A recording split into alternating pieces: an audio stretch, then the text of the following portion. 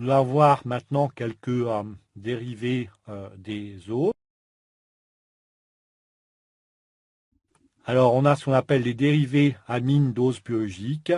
Deux osamines ont un intérêt biologique particulier, la glucosamine et la galactosamine, où un OH est remplacé par une fonction amine.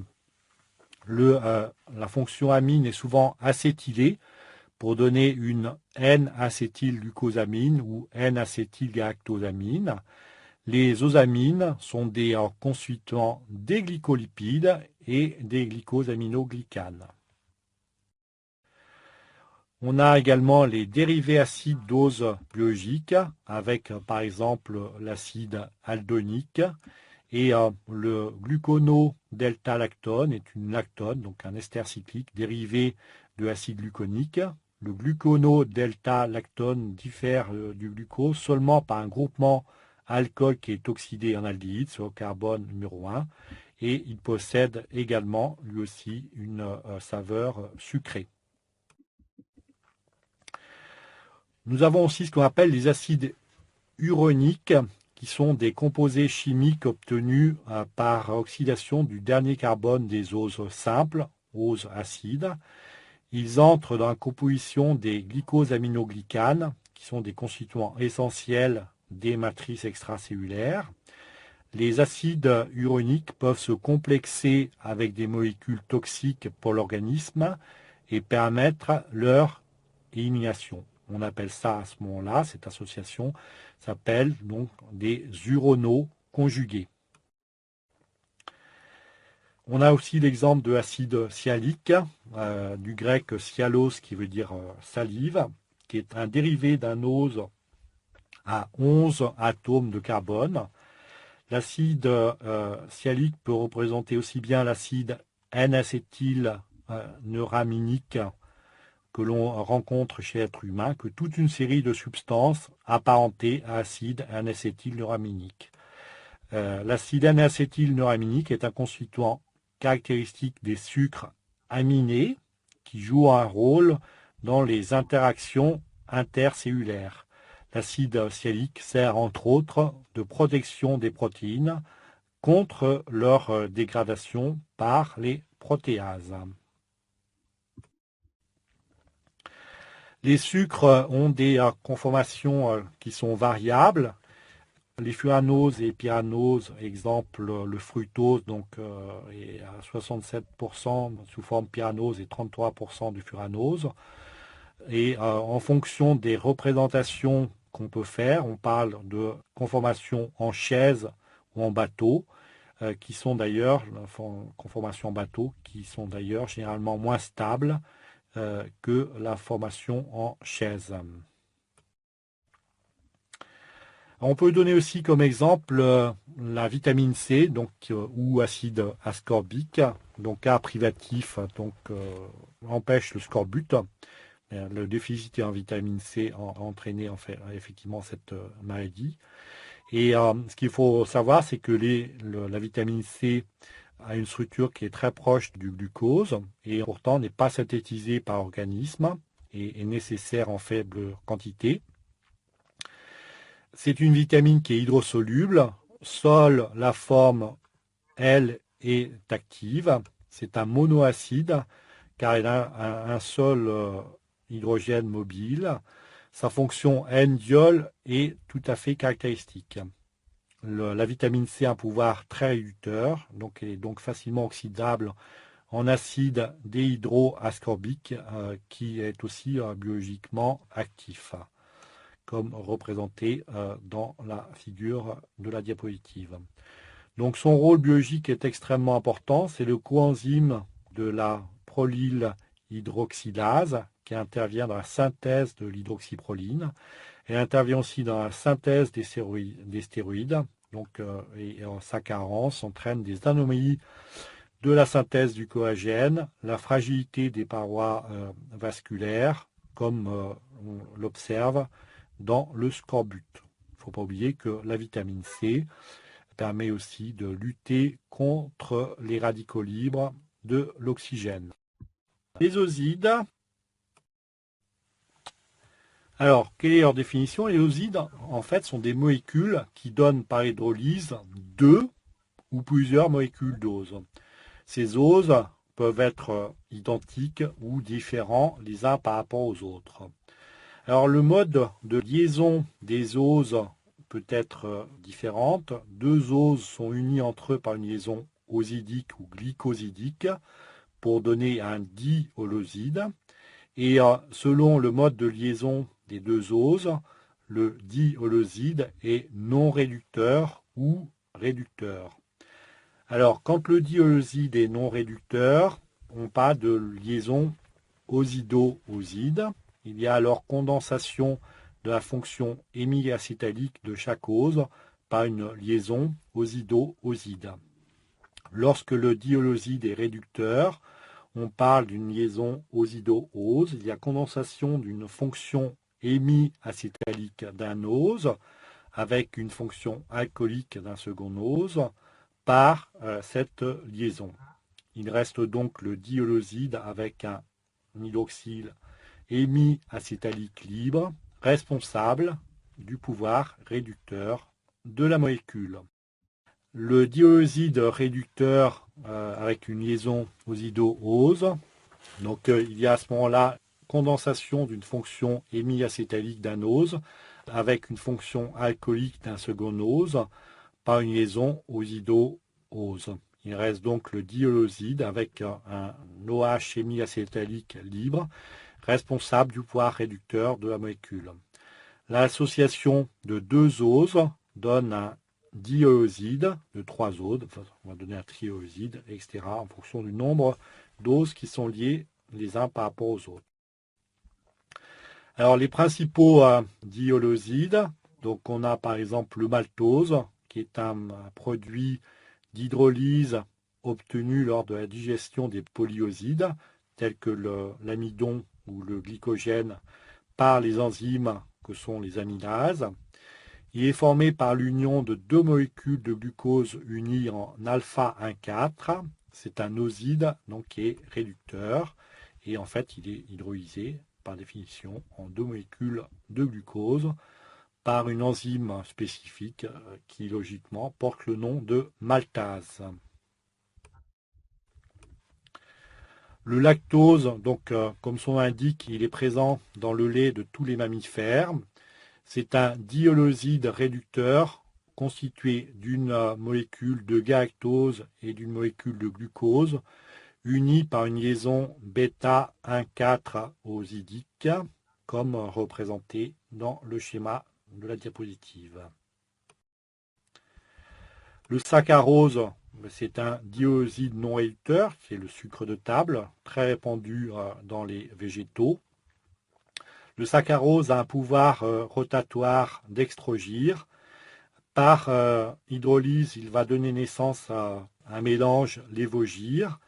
Ceci s'explique car dans le mélange, le pouvoir rotatoire lévogir du glucose, donc qui est de moins 92 degrés, est supérieur au pouvoir d'extrogir du glucose qui est seulement de 52 degrés en positif. Cette propriété a valu au mélange le nom de sucre interverti. Le saccharose est hydrolysable par voie enzymatique avec une alpha-glucosidase ou une bêta-fructosidase. Alors, l'hydrolyse enzymatique des osides ou des polyosides est réalisée par des osidases qui sont spécifiques, donc de la nature de l'ose, de la configuration anumérique alpha ou bêta de la liaison osidique, de la dimension des unités attaquées dans le polyoside. Donc, lors de la digestion, l'amidon, qui représente la moitié des glucides absorbés par l'alimentation chez l'homme, nécessite dans le tube digestif différents enzymes spécifiques, donc on appelle les alpha-amylases, alpha-1,4-glucosidase. Elles agissent à n'importe quel point de la chaîne, mais sur les liaisons alpha-1,4 pour donner des molécules de maltose et des dextrines. Il existe une amylase salivaire peu active, car elle est inactivée par le pH acide de l'estomac, et surtout, celle qui est très active, c'est l'amylase pancréatique. L'enzyme débranchant, ou alpha-1,6-glucosidase, donc scinde, elle, la liaison alpha-1,6-glucosidique, c'est-à-dire les points de branchement de l'amidon. Il est présent plutôt dans la bordure en brosse de l'intestin. La maltase et donc tous les maltoses obtenus précédemment sont hydrolysés en 2 molécules de glucose par cette enzyme dont nous avons déjà parlé. Le saccharose, le lactose et le maltose sont les constituants alimentaires les plus courants. Le saccharose et le lactose sont trouvés respectivement dans le sucre de table et le lactose dans tous les produits laitiers. Nous allons maintenant parler des polysaccharides complexes.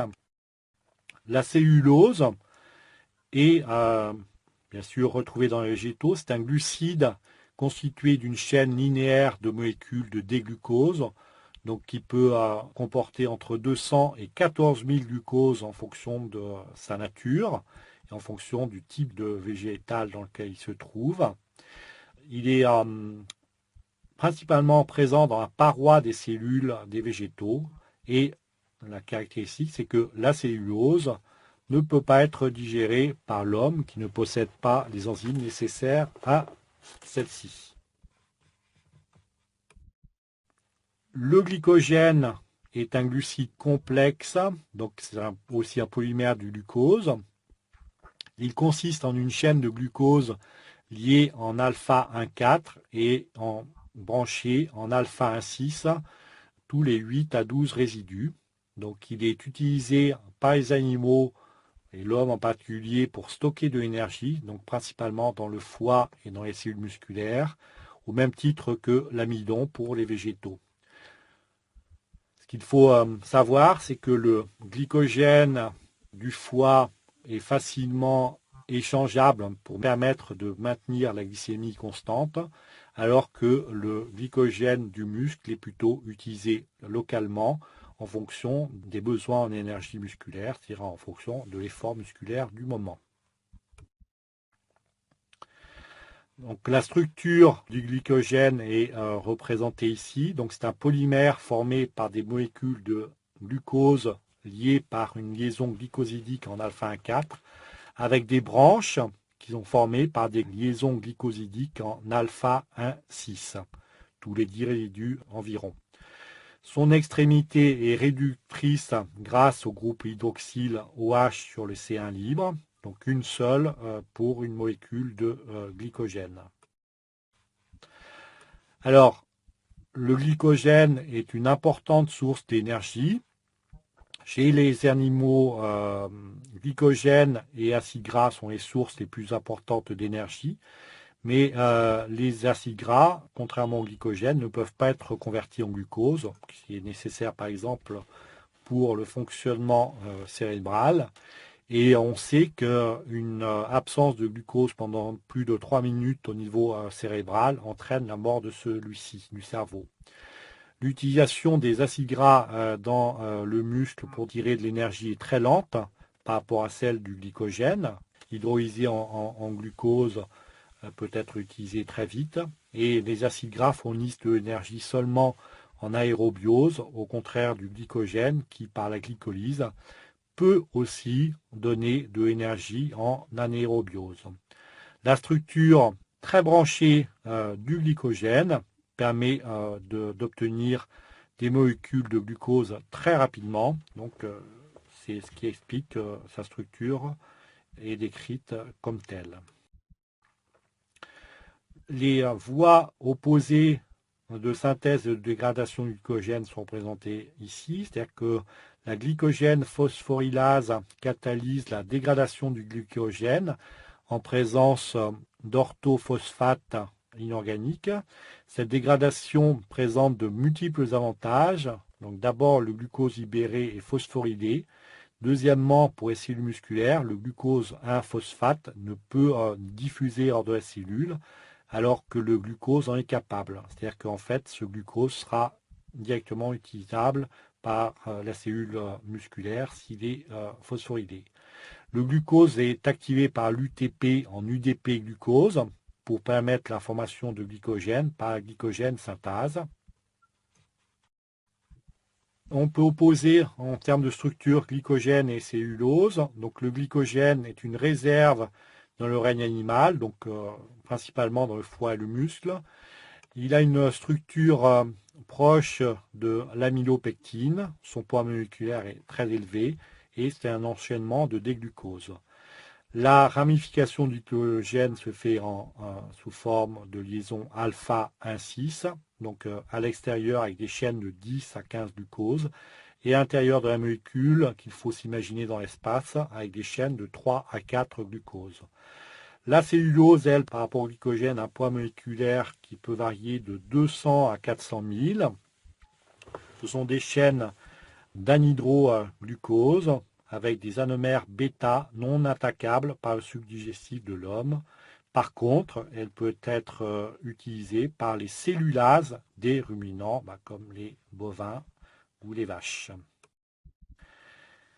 Alors, les glycosaminoglycanes font partie de la matrice extracellulaire. Ils ont des propriétés de rigidité.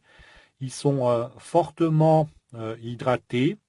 Ils possèdent aussi les propriétés de viscoélasticité, lubrifiant et absorbant des chocs. On les trouve dans différentes structures nécessitant d'avoir ces propriétés, par exemple au niveau des cartilages osseux.